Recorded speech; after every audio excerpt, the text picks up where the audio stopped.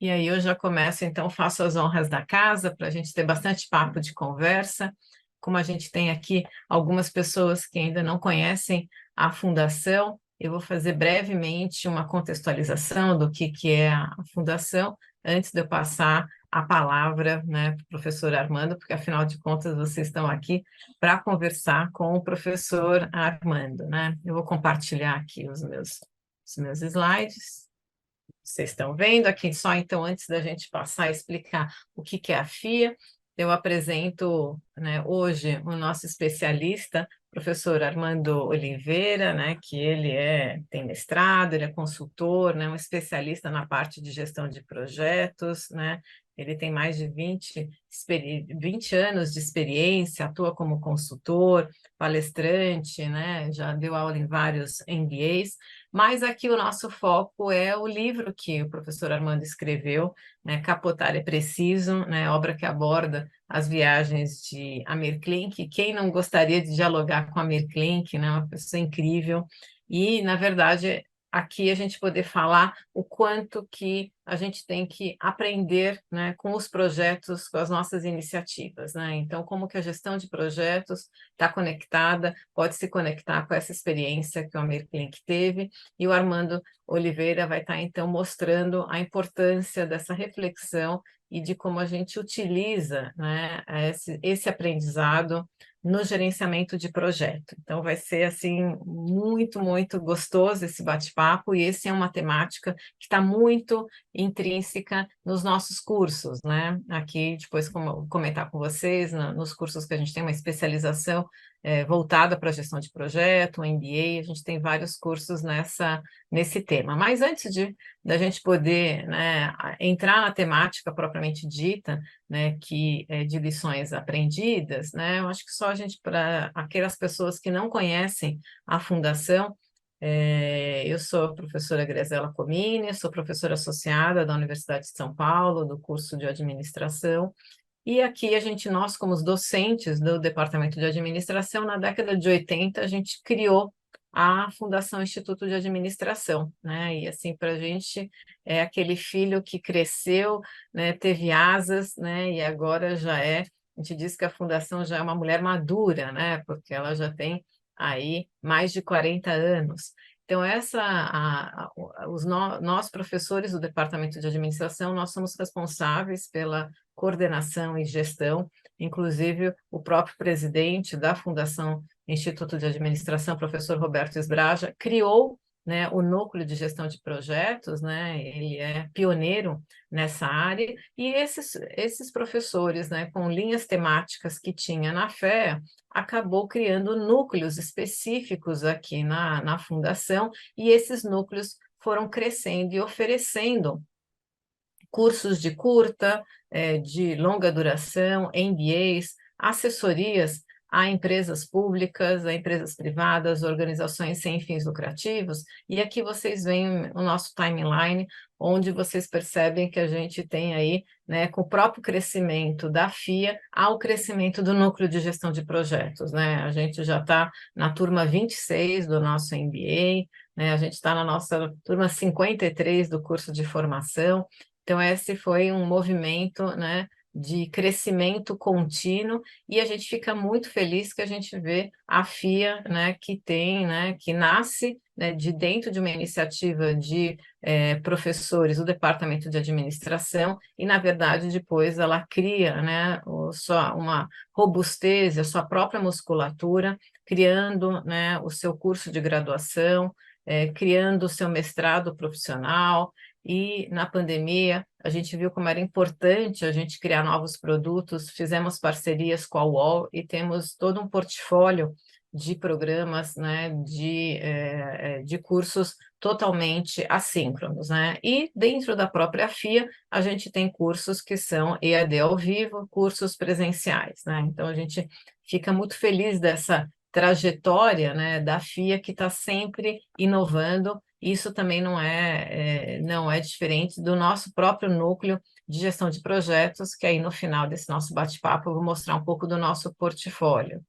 A gente tem, né, acreditações, né, de todas as mais importantes, né, então a gente né, tem 5 estrelas na avaliação pelo MEC, né, a gente acabou de sair, né, a gente vê isso ao longo dos anos, a gente é credenciado na NAMBA, a gente tem acreditações internacionais, né, de MBAs, e na parte de projetos também os nossos cursos eles estão alinhados, né, com o PMBOK, e a gente tem todas as certificações, né? Então a gente está aí, né?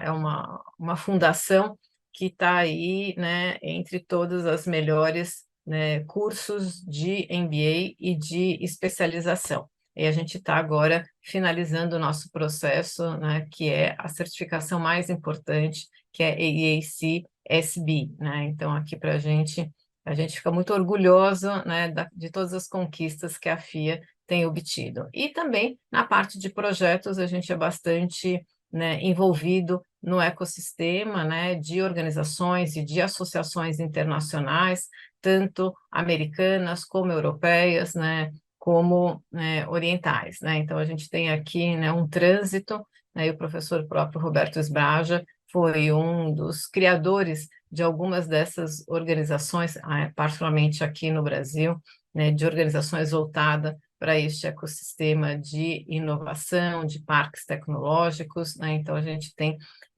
toda essa expertise dentro da fundação. E o nosso núcleo, ele é formado, a gente tem aqui 11, 10 pessoas, né, e algumas de vocês já interagiram, né, assim, mais próximos, quando a gente está, aqueles que já são alunos, ex-alunos, né, com a professora Ana Carolina, que é a nossa coordenadora pedagógica, mas a gente tem todo um time de marketing, né, de gestão de todos os nossos portfólios, né, de cursos assíncronos, que a Juliana comete, tem a equipe de vendas, tem toda a equipe de suporte, né? Então, aqui, esse é o nosso time para vocês terem uma ideia de quem está por trás do núcleo de gestão de projetos. Mas vocês estão aqui para escutar o professor Armando, e eu, então, no finalzinho, depois mostro para vocês os cursos que estão em andamento, aquilo que a gente criou no nosso núcleo de gestão de projetos, para que vocês tenham ideia e para aqueles que estejam se programando aí para alguns cursos para 2024. Então, eu passo a palavra para o professor Armando, para ele contar, então, afinal de contas, o que a gente aprende na parte de gestão de projetos, né, Armando? E já faço um convite para que vocês, ao longo da fala do professor Armando, que vocês coloquem as suas perguntas aqui, né, direcionadas, né, na parte de perguntas e respostas, né, para que a gente possa ter aí um atendimento mais individualizado para vocês, tá bom? Então, passo a palavra para você, Armando. Obrigado.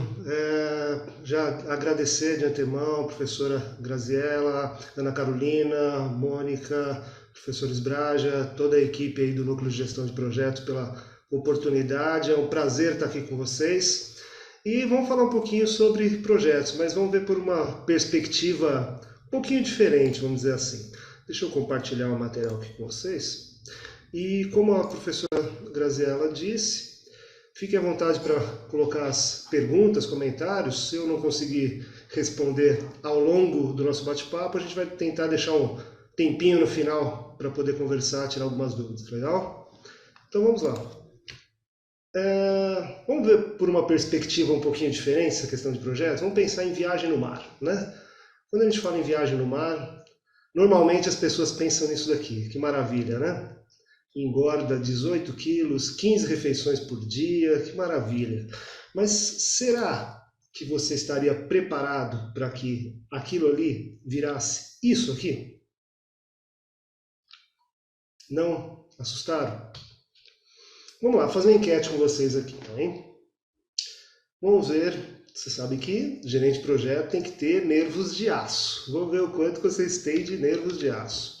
Então a pergunta é a seguinte: vocês viajariam num barquinho de menos de 6 metros de comprimento, sozinhos, sem celular, sem GPS, sem internet, sem Waze, sem motor, sem nada disso, com um par de remos por 3 meses para uma viagem sem escala, atravessando a remo o Oceano Atlântico, sabendo que os poucos que tentaram morreram, foram resgatados, abortaram, cancelaram, ou seja, sem sucesso? Topariam? Acho que não, né? Vocês têm juízo, estão com a mente sã, né? Muito bem. Vamos para a segunda enquete. Vocês velejariam sozinhos até a Antártica e ficaria lá por um ano inteiro sozinho, em um dos mais rigorosos invernos do planeta, consciente de que ninguém nunca jamais conseguiu fazer algo desse tipo? Não, né? Pânico total. Tudo bem, vocês têm juízo. Terceira e última pergunta, vai. Vocês tentariam fazer sozinhos a pior volta ao mundo em um veleiro, ou seja, a temida circunnavegação da Antártica, da volta pela Antártica, sabendo também que ninguém nunca havia conseguido? Não, né? Então, se nós estamos falando de projetos, qual que vocês acham que seria o resultado provável desses projetos?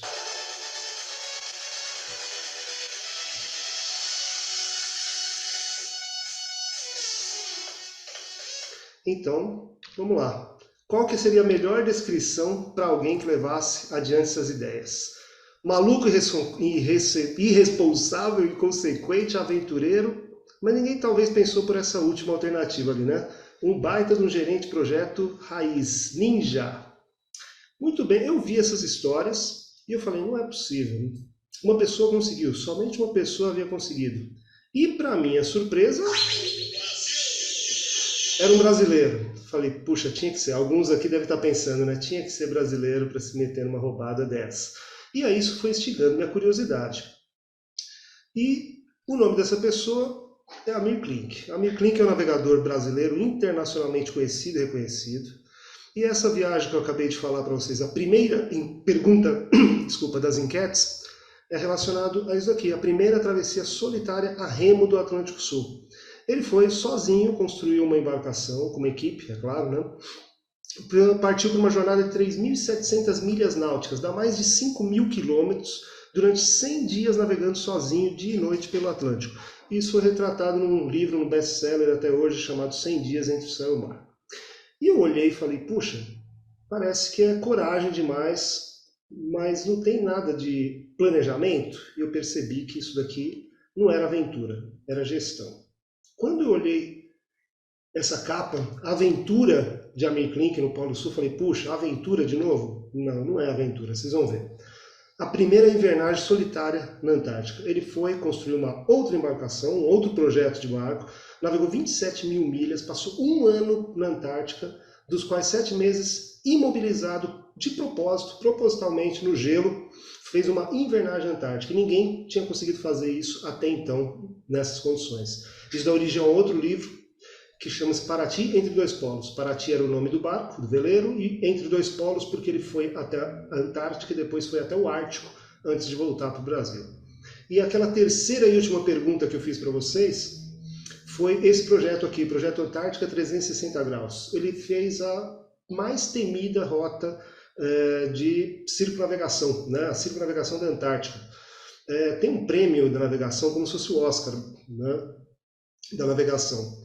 O Amir tem 2 desses prêmios. Um deles foi em relação a esse projeto aqui. Era algo praticamente impossível de ser feito sozinho e ele conseguiu fazer. E eu fui devorando esses livros porque eu comecei a perceber a correlação com planejamento, com gestão de projetos. Cada livro ia mostrando cada vez mais o esforço que ele tinha num planejamento meticuloso, no monitoramento, numa execução ímpar dos projetos dele. Eram projetos, não eram simples aventura.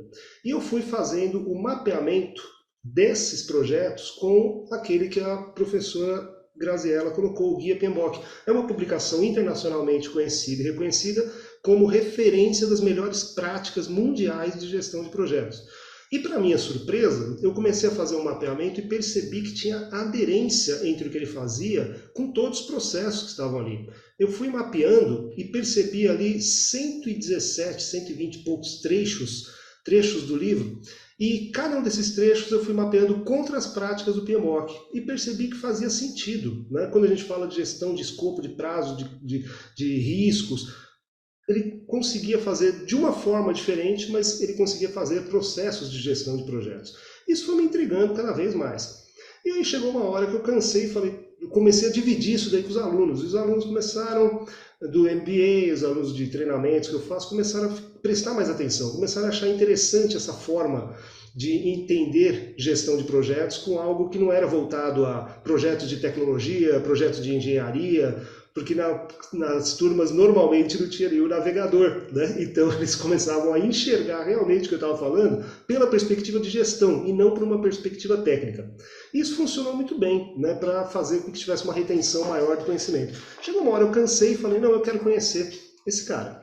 Aí eu fui na internet com toda a cara de pau, procurei lá o telefone do escritório da Americlinic, liguei, a secretária atendeu, eu falei, olha, meu nome é Armando, eu sou professor dos MBAs aí, né, da FIA, de outras instituições, sou consultor de gestão de projetos, eu queria 10 minutos do tempo dele para bater um papo.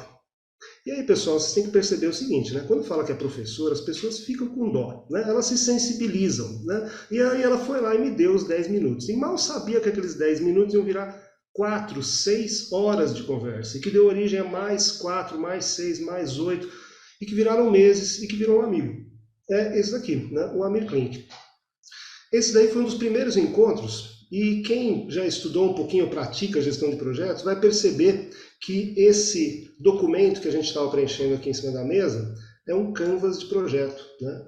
Esse canvas é uma ferramenta que a gente ensina, por exemplo, né, no MBA, como utilizar, como ter um plano macro inicial, um draft de um plano de projeto, para você conseguir entender a essência, a alma do teu projeto e passar isso junto aos stakeholders mais relevantes, as partes mais afetadas do projeto.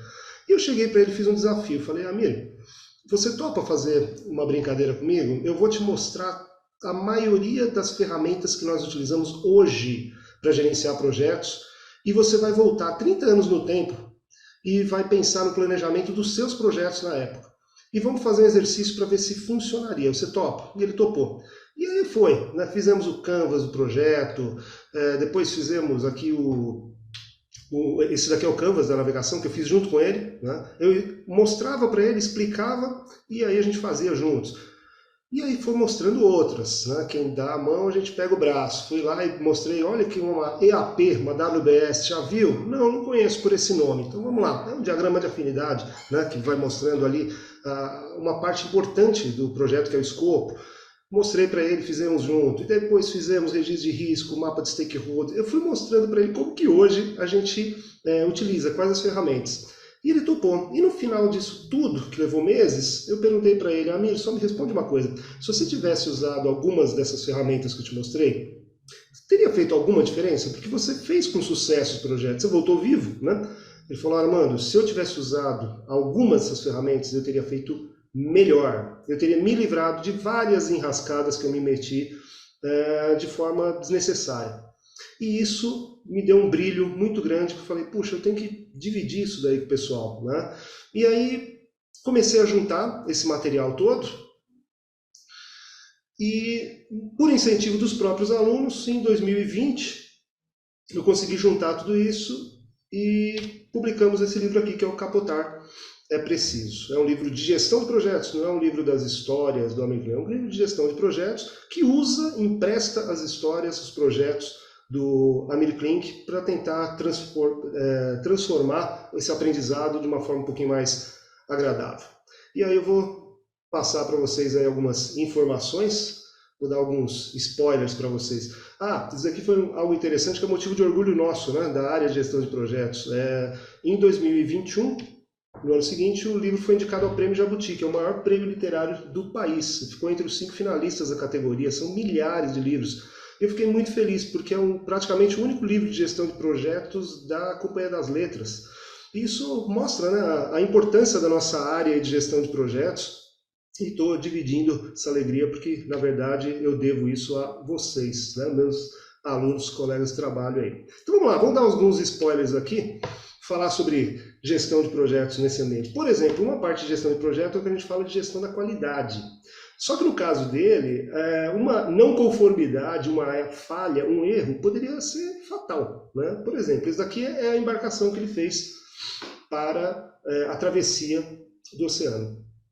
E você olha e fala, puxa, mas o cara é maluco mesmo, né? Mas não era o padre do balão, não lembro da história do padre do balão, não, isso aqui tinha planejamento, pessoal, né? Ele participou de cada detalhe. O bom gerente de projeto, ele se envolve, ele participa, entende, né, das decisões que estão sendo tomadas. Os vários stakeholders, quem olha fala, isso é uma empreitada de um homem só, não é. Tinha muita gente envolvida, muito fornecedor, parceiro, especialista, ele conversou com outros navegadores, ele leu todas as lições aprendidas de projetos anteriores que infelizmente tinham fracassado. Ele viu todos os relatos de sobrevivência que tinham em inglês, em francês, tudo que podia estar disponível para ele. Ele falou, eu posso errar, mas eu vou errar no que eu não conheço, porque o que existe de informação disponível, eu vou atrás. Até com nutricionista, tem uma empresa que fez um programa de alimentação específico para essa viagem, porque ele falou, eu não quero ir lá para sobreviver, eu quero ir para viver. Eu achei muito interessante isso, né? Porque a gente, muitas vezes no projeto, parece que nós estamos sobrevivendo, né? É uma luta a cada dia, um leão a cada dia. Você fala, puxa, mas é isso que a gente faz o dia inteiro, a gente tem que viver, tem que curtir o projeto. Por quê? Não é possível que a gente curta. E ele falou, eu quero curtir essa navegação. Então ele falou, eu não quero repetir comida todo dia.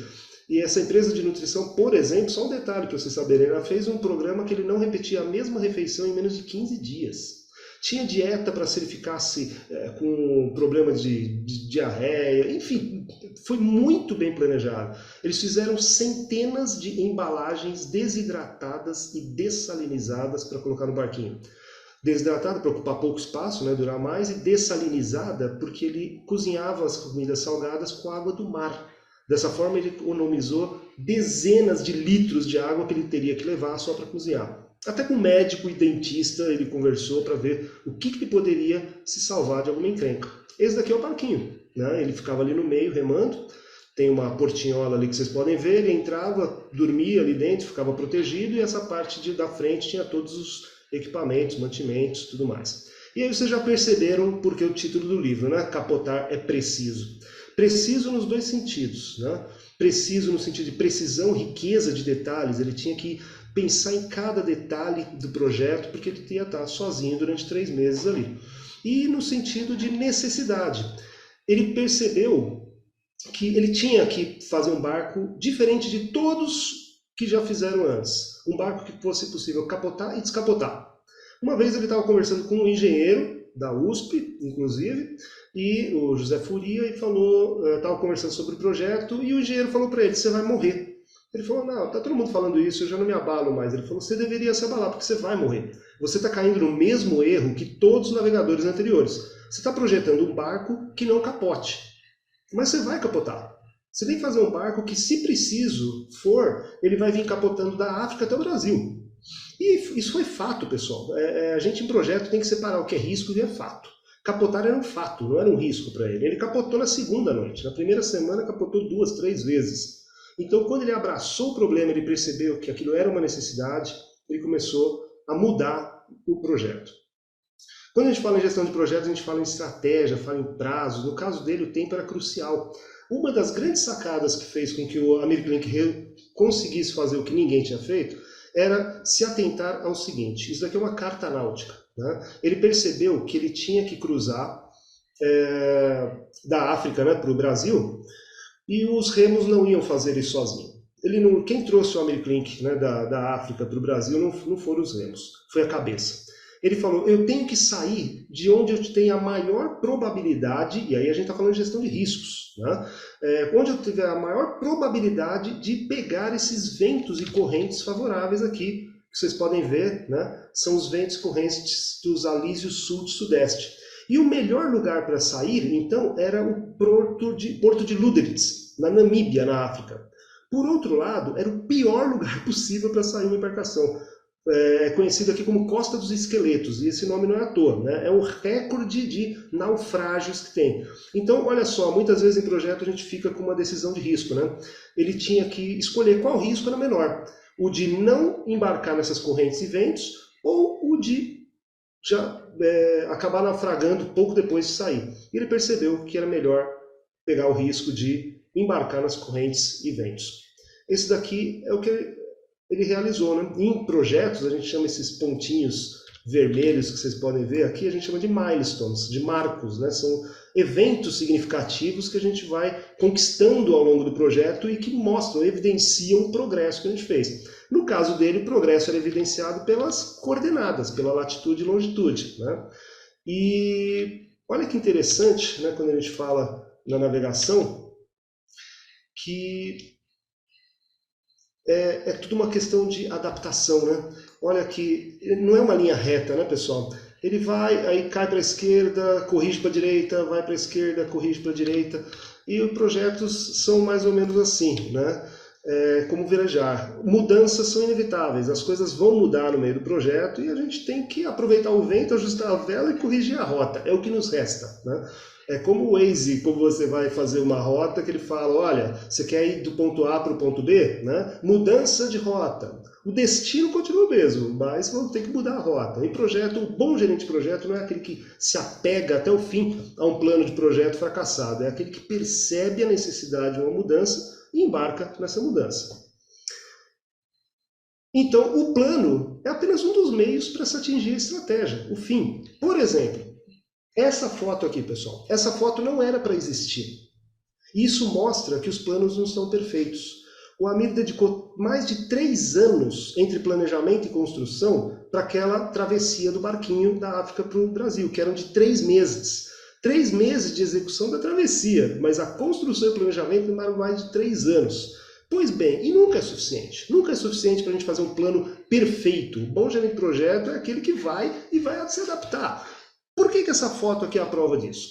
Essa foto é ele levando o barquinho do Brasil para a África, para começar a trajetória, né, que ele ia fazer da África para o Brasil. Só que não era para ele ter ido de barco, era para ter ido de avião.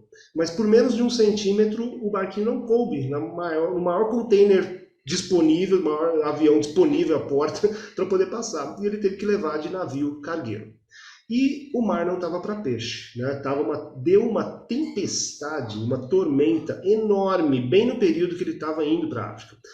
Muitos desses containers aqui, o endereço deles é fundo do Oceano Atlântico. E quase que o barquinho deles vai para o fundo sem antes de ter começado, né? Nem tinha tocado a água ainda. Quando ele chegou na África, o pessoal falou para ele, Amir, você sabia que você passou por uma das maiores tormentas dos últimos não sei quantos anos? Tinha um monte, estava tendo uma regata naquela época, um monte de velejadores morreram, tudo. Quando ele ouviu isso, eu não sei vocês, mas eu diria, mamãe, estou voltando, né? Mas ele olhou bem e falou, pensando em gestão de risco, né, pessoal? Ele falou, que bom, você não podia me dar uma notícia melhor, porque a probabilidade de ter uma nova tormenta dessa nos próximos 3 meses, 4 meses, é muito pequena. Me sinto mais confiante ainda. Então, quando a gente para ouvir isso, não é loucura, né? É gestão de riscos. Todo projeto tem risco, todo projeto tem incerteza. E a gente precisa jogar isso ao nosso favor.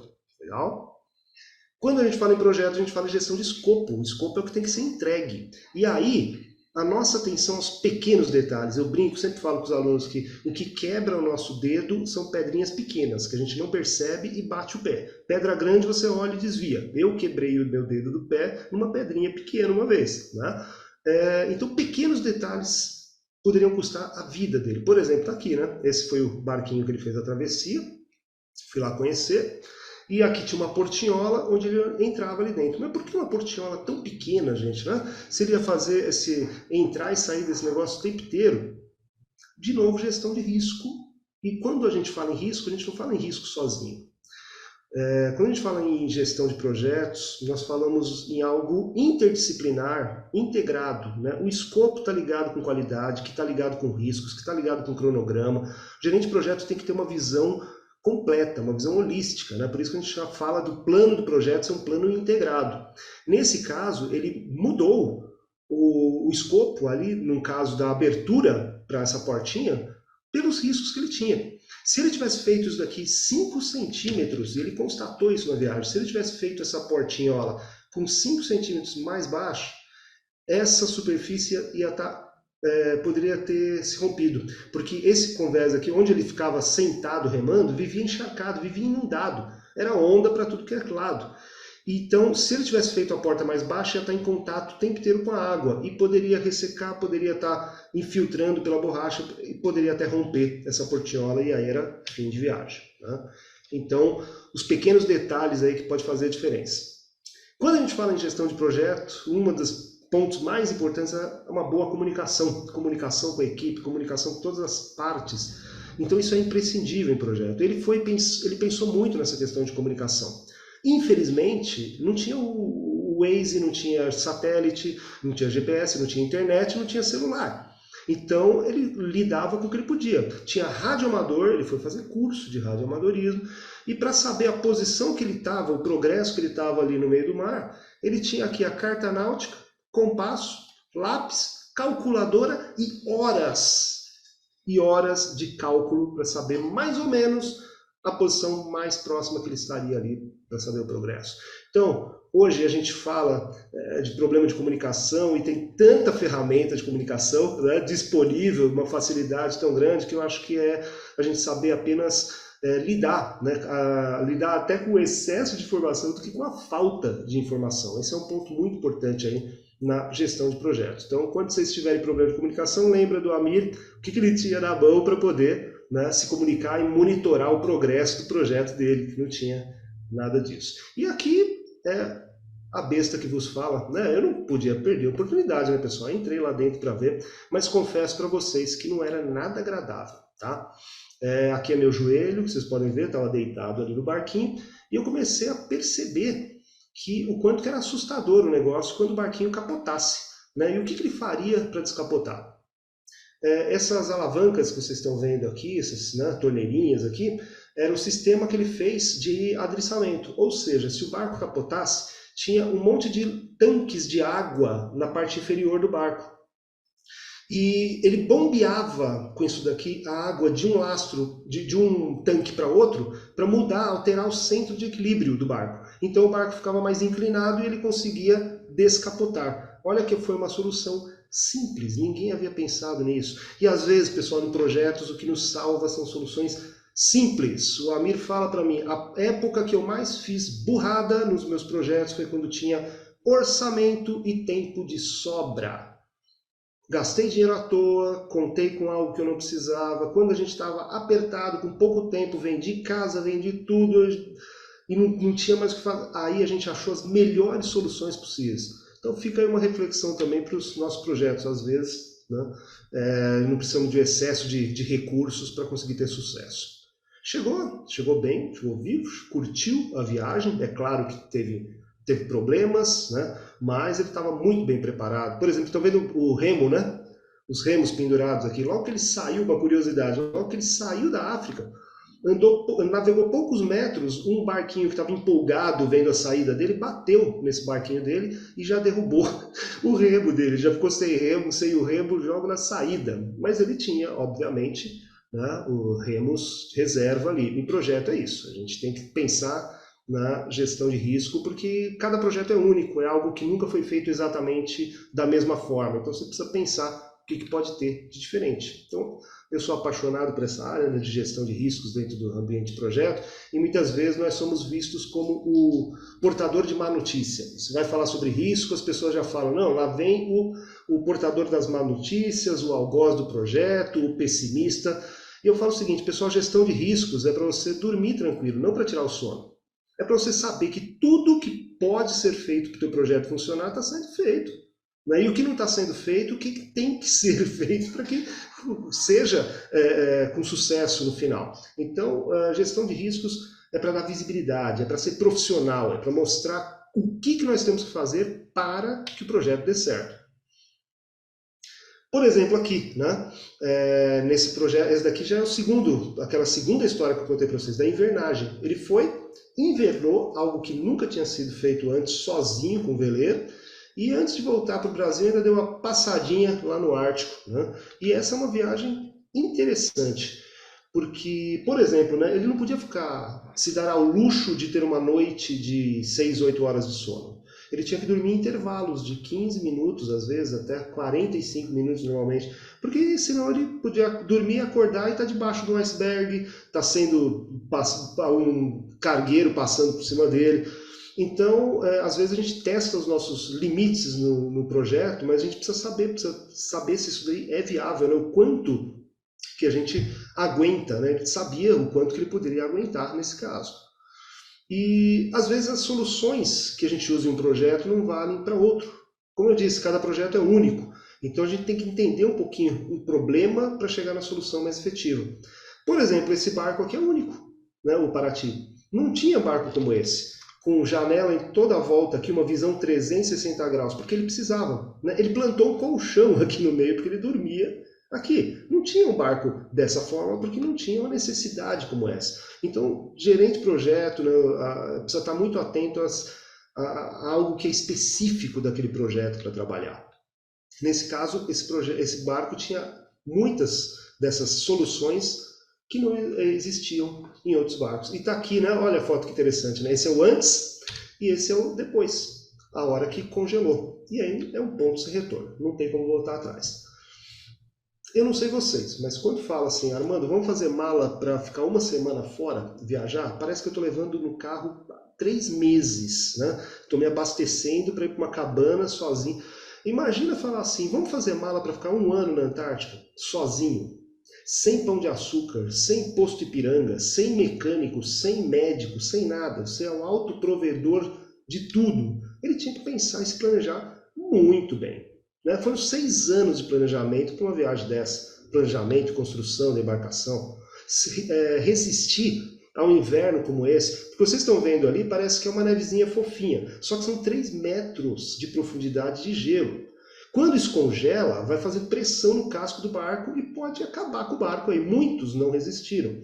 E o degelo é pior ainda. Depois do inverno, quando acaba o inverno, o gelo vai se quebrando, mas não é como o teu gelo no teu copo, né? Ele vai se quebrando de forma irregular, vão subindo paredões de gelo em cima do barco. Então ele tinha que se preparar e pensar qual era o material específico do barco, por exemplo. Tinha que ser em alumínio, tinha que ter um monte de especificações para que ele soubesse que ia voltar seguro. Não tinha impressora 3D, pessoal, para imprimir peça de reposição se ele precisasse. O que quebrasse, ou ele tinha que ter peça lá, ou ele tinha que consertar. Então ele tinha que conhecer todo o barco e saber dar manutenção em tudo isso. Era uma manutenção contínua, um monitoramento intenso o tempo inteiro. Não tinha tempo de folga, né? Porque não tinha mais ninguém para cuidar. Por isso, a importância de um planejamento prévio. Né? Não dava para pensar na hora o que nós vamos fazer. Não, tinha que pensar antes. Olha que interessante isso daqui, pessoal. Essa imagem não é de noite e aquilo ali não é a lua. Isso daqui é durante o dia e isso aqui é o sol. Né? É o inverno na Antártica. 56 dias sem ver a luz do sol, como a gente vê. Então tem que ter um planejamento impecável, inclusive, né, da parte psicológica, para você aguentar um negócio desse.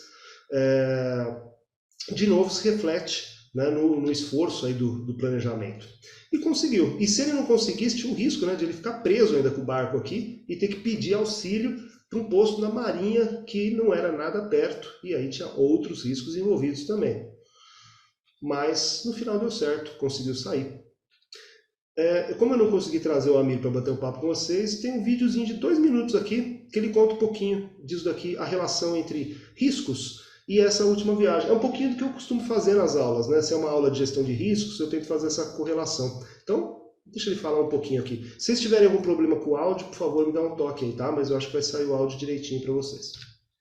Bom, quando nasceu o projeto do Paraty Vermelho para ir para a Antártica, o risco mais comentado entre especialistas era o risco do barco relativamente pequeno, com um quebra-gelo, sozinho, era a chance de ficar preso no gelo. E aí eu fiz uma alteração contundente no projeto, ao invés de fazer um barco para navegar em altas latitudes, em regiões onde muito poucos barcos conseguem chegar, eu tenho que abraçar o problema. Eu decidi que eu ia transformar o risco em parte do projeto. E foi assim que surgiu a ideia de fazer uma invernagem, não simplesmente uma viagem com risco de ficar preso durante o inverno. Foi muito interessante esse processo, que deixou de ser um projeto técnico, de fazer um barco com competências técnicas para navegar nessas regiões complicadas, passou a ser um projeto de logística, onde havia várias questões interessantes. a longo prazo, problemas técnicos como corrosão eletrolítica, a pressão do gelo contra o casco, a questão da autonomia de suprimentos, de energia para fabricar calor, água e eletricidade, várias questões interessantes. E é interessante porque o projeto passou a ficar rico, e à medida que a gente foi organizando essas soluções todas, as soluções técnicas, estratégicas e até mesmo burocráticas, questões de monitoramento, de comunicação satelital e tudo isso, a gente acabou encontrando resposta para todas essas questões. Não era suficiente só levantar esses riscos, mas também ao longo da viagem, que acabou durando 22 meses, foi muito importante monitorar esses riscos. E isso acabou se transformando num processo de muita coisa que a gente imaginou não aconteceu, muita coisa que a gente nem sonhava que pudesse acontecer.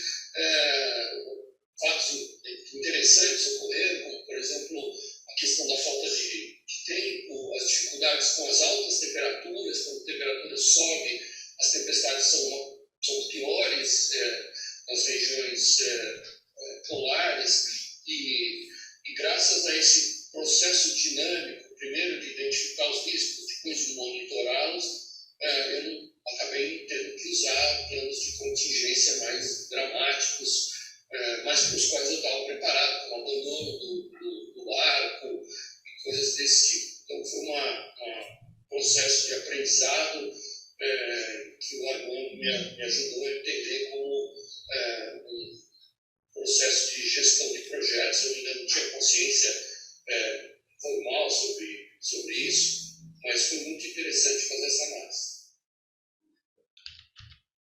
E aí, a gente ganha a noite, né? Quando houve um negócio desse, que realmente vale a pena os processos aí de gestão de projetos. Esse daqui, para fechar, né? Aquele último projeto que eu falei para vocês, da circunnavegação da Antártica, era a pior volta ao mundo possível, a mais curta, mas a pior, né? Tinha que passar ali pelo canal de Drake, onda de 20, 25 metros, horas de sono privada. Teve um dia que ele ficou 2 dias em cima do leme, sozinho, pendurado, sem poder dormir. Enfim, era um desafio muito grande. Esse daqui foi o outro Paraty, né? Na verdade o outro não, né? Ele fez uma mudança no barco lá, né? Ele precisava de um mastro diferente, né? Tem muita história em torno desse mastro. Às vezes um fornecedor um stakeholder qualquer, acaba nos dando um peso muito grande para o projeto. Ele perdeu 1 ano de projeto por conta desse mastro aqui, por um fornecedor que acabou não entregando. Então, em gestão de projetos, a gente tem um cuidado muito grande com essa parte de gestão de aquisições, né? Assim como gestão de engajamento das partes interessadas, das partes envolvidas no projeto. Isso daqui, todo projeto tem uma inovação, né? Esse mastro aqui era baseado num brinquedo de controle remoto, que a criança gira e ele gira 180 graus. E só tinha um barco no mundo que tinha um mastro como esse. Então, todo projeto tem risco. O risco da inovação. Ele tinha que, de novo, pesar risco. Eu vou ficar com aquele mastro antigo que não me dá flexibilidade para manobras rápidas e urgentes, ou eu vou contar com um mastro novo que me dá muito mais segurança, mas é uma inovação, né? Cada projeto é único, assim como os barcos. Aqui foi um outro projeto interessante dele, né? Ele não para nunca, ele está sempre fazendo alguma maluquice. Esse daqui é um novo veleiro que ele estava projetando, que, de novo, esse foi mais de 6, 8 anos de projeto. Ele queria um desafio diferente. Ele queria ter um barco estável, mas sem quilha externa, sem bolina, sem lastro, nada.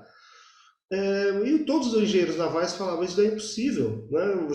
Então você precisa pôr um peso, um lastro ali, 3 toneladas de chumbo. Ele falou, eu vou levar chumbo para passear no mar? Você está maluco? Eu vou levar diesel, que me dá autonomia. Não, mas aí não dá o peso.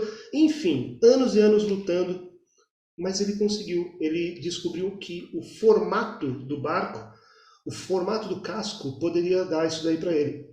E ele conseguiu um barco que tem 5 anos de autonomia no mar e consegue fazer um negócio que ninguém fazia até então.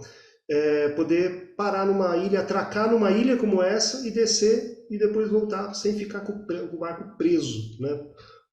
Tá aqui, é o Paraty 2. É um dos veleiros de mais alta tecnologia que foram feitos naquela época na América do Sul. é uma canoa gigante de metal. Ele emprestou a ideia de uma canoa e falou: eu preciso de uma canoa gigante que pare em qualquer lugar, que desça em qualquer lugar. Então, às vezes, a gente pega uns desafios em projetos que a gente precisa pensar realmente diferente, fazer analogia com outras soluções que nunca foram utilizadas. Ele usa muitos daí que a gente chama de analogias, biomimética, né? Buscar na natureza inspiração para a resolução dos problemas. E conseguiu. Faltava a prova de fogo, submeter esse barco enorme para uma invernagem na Antártica. Ele foi e invernou sozinho com o Paraty 2 e depois também fez uma com tripulação. E ele nunca para, sempre pensando diferente. Aqui para fechar, esse é um dos negócios atuais que ele faz, né? Ele, além de ajudar o professor a escrever livros de gestão de projetos, ele faz outros projetos malucos aí de embarcações. Ele tem uma marina em Paraty que é uma inovação muito grande, é uma marina flutuante. Ele percebeu que a marina não precisava ter pier, né? Porque o pier é estático, ele não vai conforme a maré, ele não sobe e desce. Então, às vezes, dependendo das condições, os barcos não conseguem atracar. Ele falou: não, então vamos fazer um pier flutuante. E ele desenvolveu uma técnica, descobriu uma tecnologia que faz com que a construção, o custo, o cronograma do projeto para implementar isso daí seja muito menores e dá a mesma segurança. Então, o tempo inteiro a gente tentando aprender, né, as lições aprendidas de um projeto, levando a outra. Isso daqui com certeza é fruto de lições aprendidas de uma vida inteira que ele acabou unindo para chegar numa solução diferente para esse projeto diferente. E eu vou deixar o tempinho para a gente bater o papo aqui. Acho que eu estou dentro do tempo, né, professora? Ó, tá aqui, pessoal, quem quiser, o meu LinkedIn do lado esquerdo e o LinkedIn de um grupo que eu faço para nós, para alunos, professores, profissionais de gestão de projetos, o LinkedIn. Quem quiser, fica à vontade aí, só colocar o celular, pegar e eu vou abrir aí para a gente bater um papo. Legal?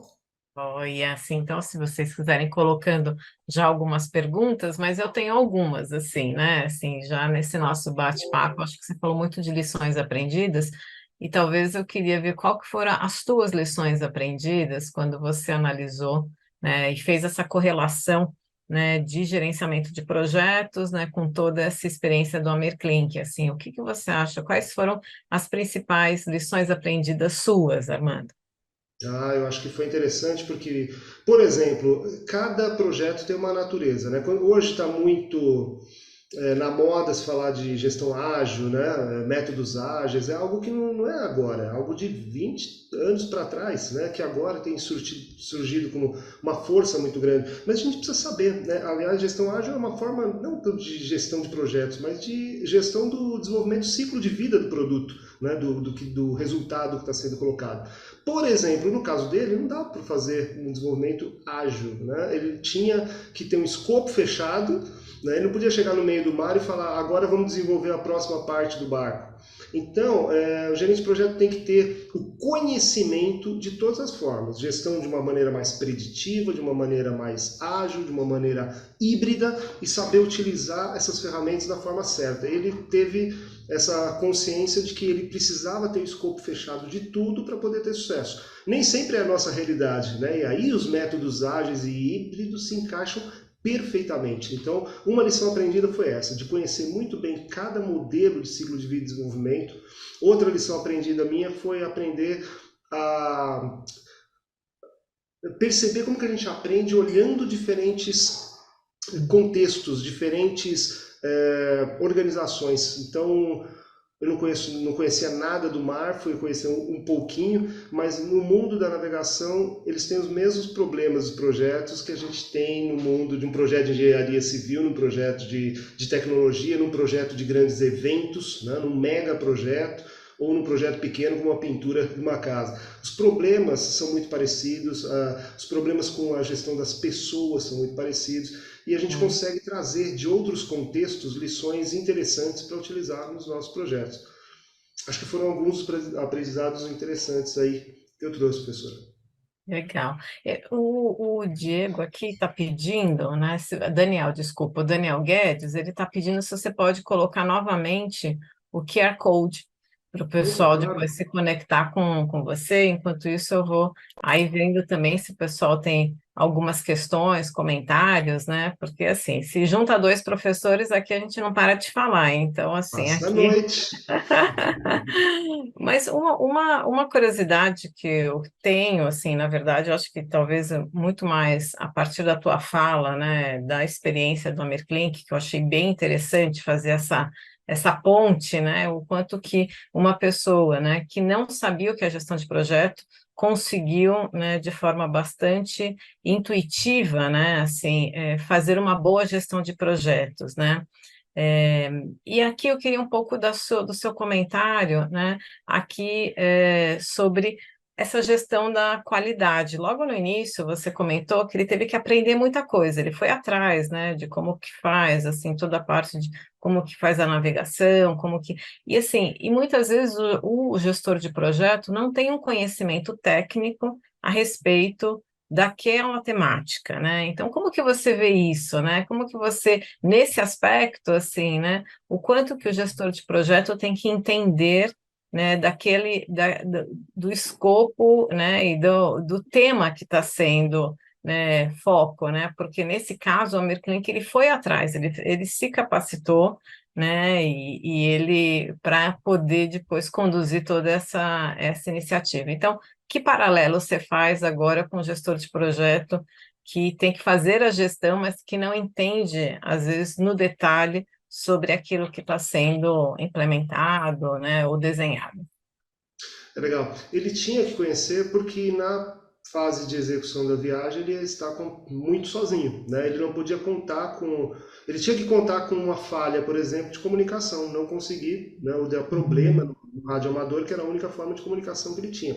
Então ele tinha que realmente conhecer dos vários aspectos. Muitos gerentes de projeto não têm ali o conhecimento técnico e até de acordo com o PMI, isso daí não seria um problema se você tiver cercado de bons especialistas, né? E aí você vai ter que adequar o teu projeto para ter um processo de gestão de mudanças em que essas pessoas sejam incorporadas, né? Não adianta você ter um especialista técnico e quando tem uma mudança, por exemplo, no projeto, você não chamar o especialista técnico, que é quem conhece, para poder avaliar o impacto daquela mudança junto às pessoas, junto às equipes, né? Então, eu acho que funciona o gerente de projeto não ter uma profundidade técnica, e muitas vezes não tem em todos os aspectos do projeto, diferente, né, ali do Amir Klink, mas desde que esteja cercado por pessoas que conhecem muito bem e por processos que garantam que essas pessoas irão participar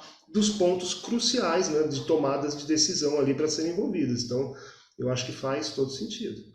Legal, acho que isso é bem importante, deve ser muito mais de saber a mobilizar, né, este conhecimento na hora necessária. Aqui a gente tem duas perguntas, Armando, né? Uma do Robson Gonçalves, né, dizendo, puxa, não, depois de toda essa, né, essa tua conexão com o Amir Klink, por tudo aquilo que você viu ele fazer na prática, na sua opinião, gerir projetos, né, é mais habilidade do que diploma, do que conhecimento? Então, acho que esse é um tema. E depois o Gustavo, né, ele te parabeniza, né, e ele queria saber, em relação ao tema, na parte de gestão de riscos, né, como convencer as pessoas, os times, né, a levar o gerenciamento de riscos mais a sério, né? Se você pode compartilhar um exemplo de onde você fez isso. Ah, legal.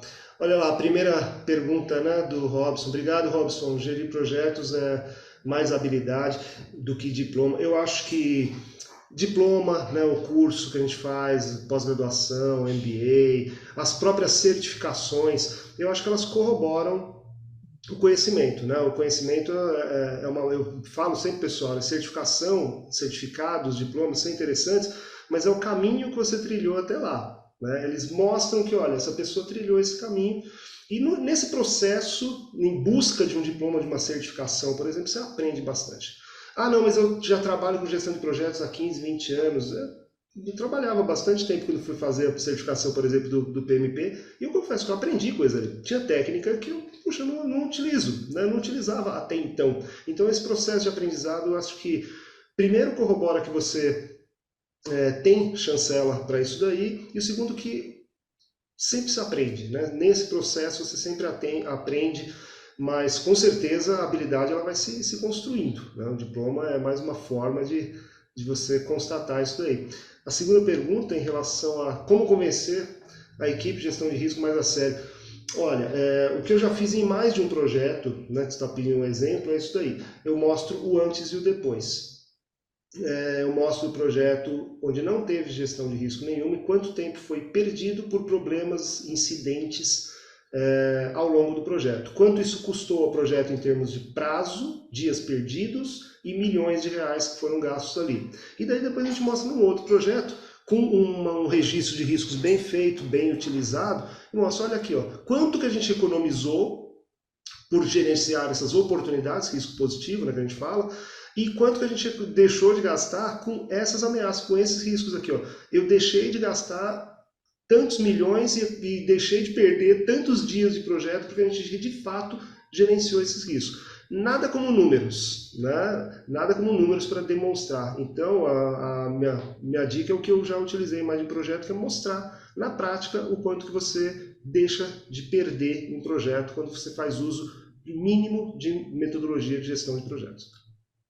Olha, aí a Lígia, né, ela está perguntando assim sobre o que você, em termos de soft skills, né, o que você acha que é importante para ser um bom gestor de projetos e talvez fazendo essa ponte nessa troca com a Mirklink, né, isso aí eu já estou agregando mais um comentário na parte da Lígia, né, o que você identificou de soft skills no Mirklink?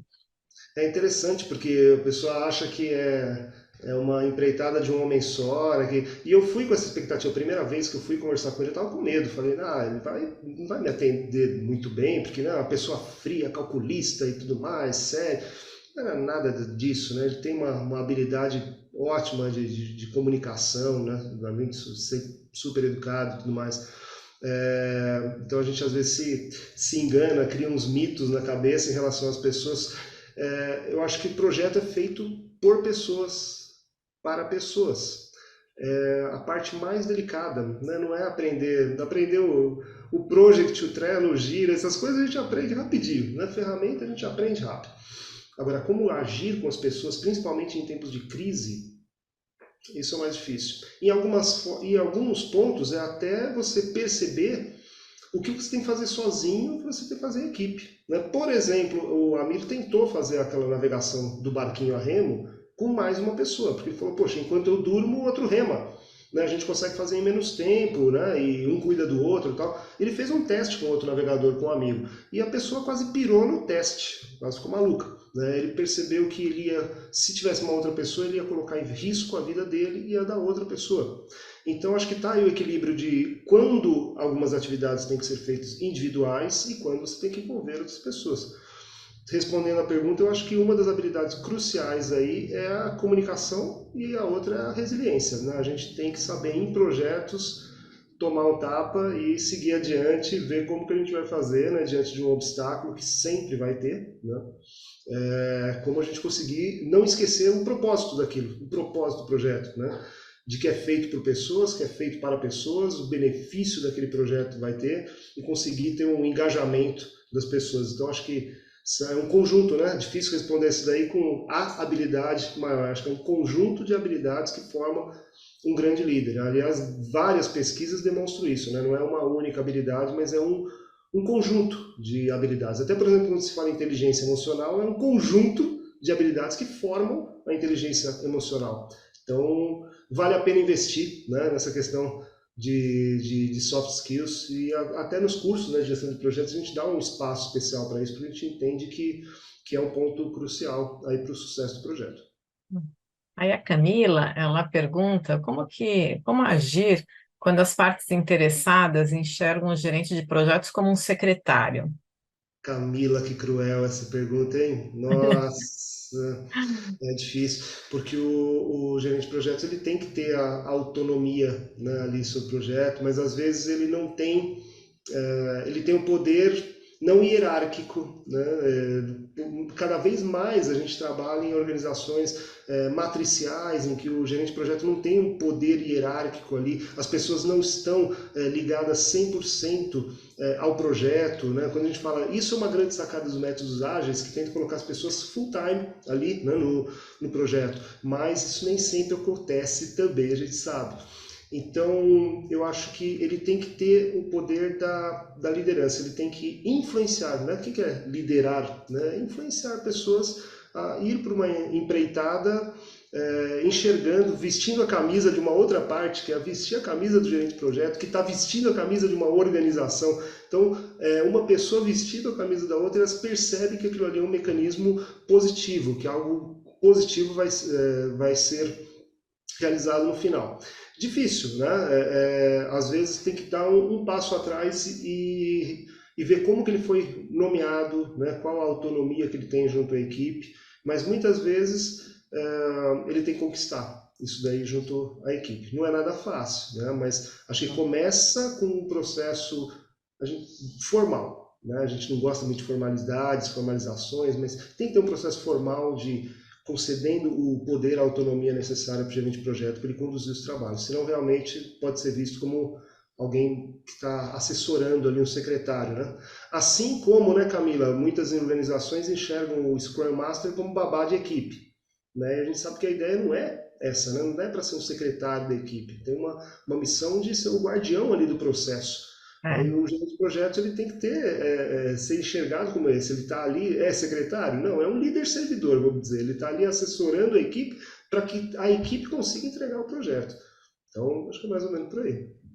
Não, eu acho esse ponto super importante, né? Porque mostra também o posicionamento que esse gerente de projeto também tem que ter, né? Porque na hora que você vai se posicionando, você também dá opiniões que são opiniões e visões estratégicas, assim, e se coloca, né, com essa posição, também você vai fazer com que os outros também não te enxerguem como um secretário, né? Então, Com na medida que certeza. eu acho que uma coisa é um trabalho conjunto de sistematização, tal, que eu acho que o gerente de projeto vai ter essa habilidade, mas outra coisa é você também estar lá de igual para igual, né? Sim.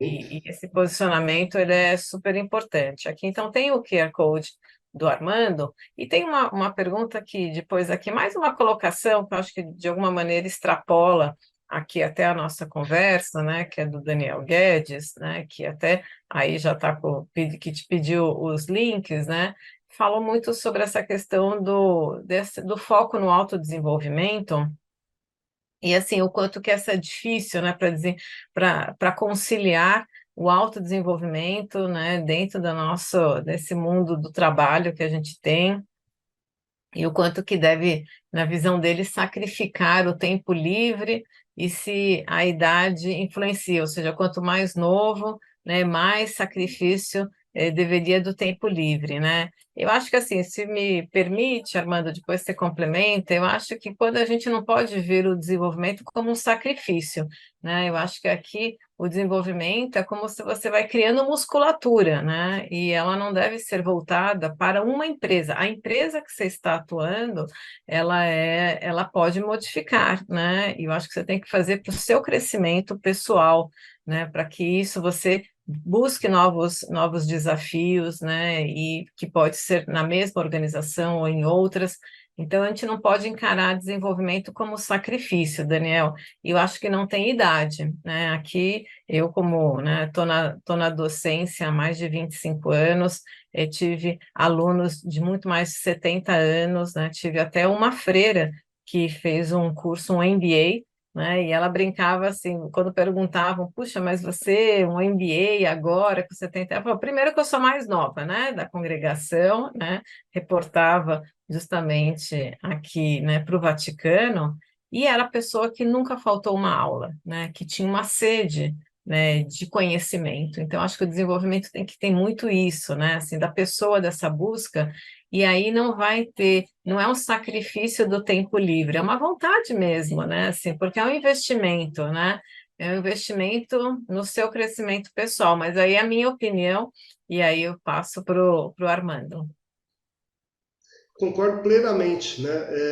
Não tem aquela música, viver a beleza de ser um eterno aprendiz. Eu não considero um eterno aprendiz, né? Professor Isso. ele tem que aprender o tempo inteiro. Eu aprendo tanto em aula, né? A gente tem um network tão gostoso que a gente consegue ver as diferentes realidades, né? Já tive colégio, já tive aluno que construiu shopping aqui em São Paulo, que construiu usinas, que dão manutenção, enfim, constrói helicóptero. É muito gostoso a gente conseguir se desenvolver, cada vez mais aprender, perceber que sempre tem algo a aprender. Mas é um investimento pessoal, né? Muitas empresas tiraram um pouquinho o pé de incentivar financeiramente, então tem que ter um investimento próprio nesse sentido, de tempo, às vezes dinheiro, a idade às vezes pode atrapalhar em alguns sentidos, né? Os outros compromissos, família e tudo mais, mas eu concordo com a professora Graziella que a gente tem que enxergar de uma forma positiva e nunca para, né? O conhecimento nunca para. E, Armando, a Cláudia, né, diz, né, te parabeniza e diz que tem alguns memes que sempre mostram as diferentes visões dos participantes de um projeto, né, e o que realmente se esperava como resultado do projeto. Como que a gente pode garantir que todos tenham a mesma ideia de entrega que se espera ao final do projeto? Verdade, né? Aquela velho desenho da árvore, do barquinho, né, que aparece, né? E a gente chega à conclusão, puxa, né, o que o cliente pedia e o que o cliente precisava, né? E tem as várias etapas.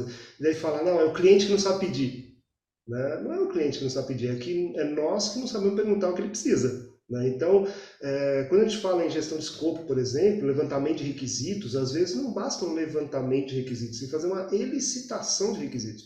Você tem que tentar tirar da cabeça do cliente aquilo que ele precisa e que não sabe se ter nada. Né? E às vezes não é papel do gerente de projeto, mas o gerente de projeto ele precisa estar muito perto disso e perceber quando ele precisa na equipe alguém que esteja mais próximo para levantar ou elicitar esses requisitos. Essa é uma forma de eliminar, não é uma falha de comunicação, né? Fulano A falou para o Beltrano B, que passou para o C e a coisa se perdeu. É claro que isso existe também em projeto, mas muitas vezes não é isso, é que começou na fonte, né? Não se perguntou o que tinha que se perguntar, não se extraiu da cabeça do cliente, do usuário, da solução, o que se precisa. Então, esse é o primeiro ponto, né? Legal. Joia, Armando, enquanto a gente se prepara para as últimas perguntas aqui, eu vou só então comentar, fazendo uma ponte com o que o Daniel comentou, né, sobre a importância da capacitação e aqui aqueles que de alguma maneira, né, e aquela pergunta, fala, puxa, a gestão de projeto é mais habilidade ou é ter um conhecimento, né? E eu acho que a gente sempre diz, como você falou, né, que você transitar e você conhecer um pouco de conhecimentos é como se você colocasse uma tábua, né, numa areia movediça, né, que hoje as organizações elas estão projetizadas, né, e você conhecer um pouco, ter ferramentas, vai fazer com que você transite melhor. Né? Mas, claro, é só a prática mesmo, a experiência, né? Então também envolve, né, essa questão da aplicação. Mas é importante você, às vezes, né, poder dar um sentido, né, que nem você fez com a Mirklink, né? Na hora que ele fez a conexão com gestão de projetos, ele fala, puxa, se eu soubesse disso, eu teria feito melhor. Então, na hora que eu dou sentido e significado, né, para um conhecimento que é um conhecimento que é tácito, né? E eu passo ele para ser explícito, né? Eu consigo identificar ferramentas, eu vou fazer com mais tranquilidade, vai me dar mais segurança para eu alçar novos desafios, né? Então, pensando nisso, a gente acredita muito que a importância de você ter um conhecimento em termos de gerenciamento de projeto, e a gente tem para todos os gostos, né? Ou seja, assim, sabe, assim, aquela coisa da roupa que serve para vários tamanhos, né? Então, a gente tem alguma coisa que dê uma parte mais introdutória, eu vou compartilhar aqui a nossa tela, porque aí aqueles que estão aqui, que ainda não são nossos alunos, mas queiram indicar, ou aqueles que estão pensando, né, como o Daniel, eventualmente, de talvez pensar numa parte de desenvolvimento. Então, a gente tem, né, desde uma pós-graduação, que são de um MBA de mais de 500 horas, né? Então, no Brasil, um MBA tem que ter mais de 360, mas internacionalmente os MBAs têm 500 horas, então a gente, por ser certificado internacionalmente, o nosso é de 500 horas, e o nosso tem uma parte bastante, um núcleo central de negócios e uma parte específica em gestão estratégica, começa em março do ano que vem. Nós temos um cursos de extensão, onde a gente tem a formação, né, em gestão de projetos, tem fundamentos. Na parte de pós também a gente tem uma pós, né, específica em gestão de negócios. Todos os nossos cursos são presencial ou EAD. E a gente tem alguns cursos menores, né, que a gente chama de extensão, né, chama gerenciamento ágil, né, temos mentorias em agilidade, temos lideranças em projetos ágeis, temos OKRs na prática e a gente está agora com uma certificação Exim também, né? Então aqui tem alguns desses esse é o nosso portfólio e aqui, né, caso vocês, né, queiram fazer alguma coisa são 12 horas em liderança em termos ágeis, né? É um curso bem nas férias, né? Então de 30 de janeiro. Temos aqui mentoria em agilidade, que a turma está prevista para fevereiro.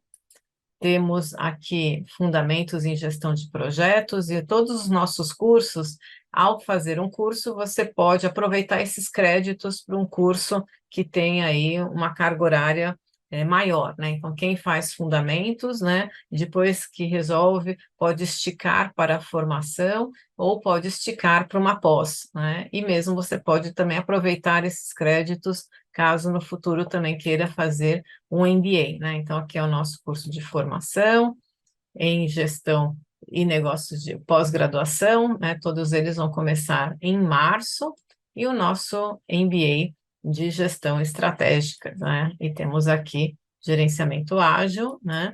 E aqui, claro, se vocês, vou deixar os dados, né, para quem quiser entrar em contato, né? Tem esses nossos dados e também nosso e-mail e o WhatsApp, né? Então a gente pode depois passar as informações mais específicas, né? Deixa eu ver se tem alguém que quer fazer mais alguma pergunta, né?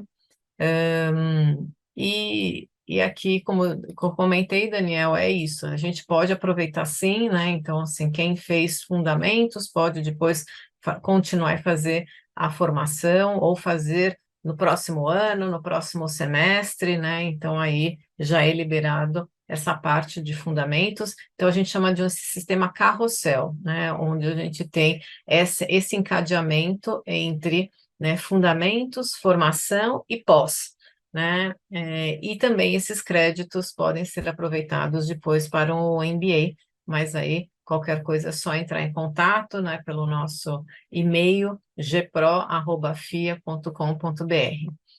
Armando, eu não tenho palavras para agradecer, né? Assim, eu acho que incrível, né? Parabenizo também pelo fato de você ter conseguido essa indicação para o Prêmio Jabuti, né? E ter essa troca com a Mir, ele é incrível, né? Uma pessoa assim maravilhosa e que certamente influenciou, né, muitas pessoas, né, a acreditarem, né, assim, a não terem medo, né, de desenharem, né? Pelas histórias que a gente sabe, também as filhas, né? Tem uma filha que também seguiu, né, a trajetória do pai, e não vai me surpreender se depois você escrever do seu própria iniciativa de fazer uma navegação, né? Assim, então, depois de tanto interação com a Mir. Não sei se você quer ter umas palavras finais para a gente poder encerrar o nosso webinar. Só quero agradecer e quero fazer uma brincadeira. Uhum. Quem escrever primeiro ali no chat, FIA, vai ganhar um presente. Opa, já foi. Lígia. Opa! Olha, eu peguei uma palavra curtinha, hein, pessoal, que é FIA, rapidinho, quem tivesse com o celular. Então... Lígia, deixa eu colocar aqui no chat o meu e-mail. Tá aí, oliveiraarme@gmail.com.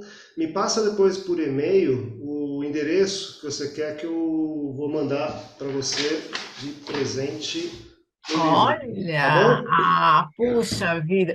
Olha, o meu eu nem precisava digitar, já estava aqui, né? Aqui no meu fundo, não vale, não, Para você vai outro especial depois, José. Ah, Imagina.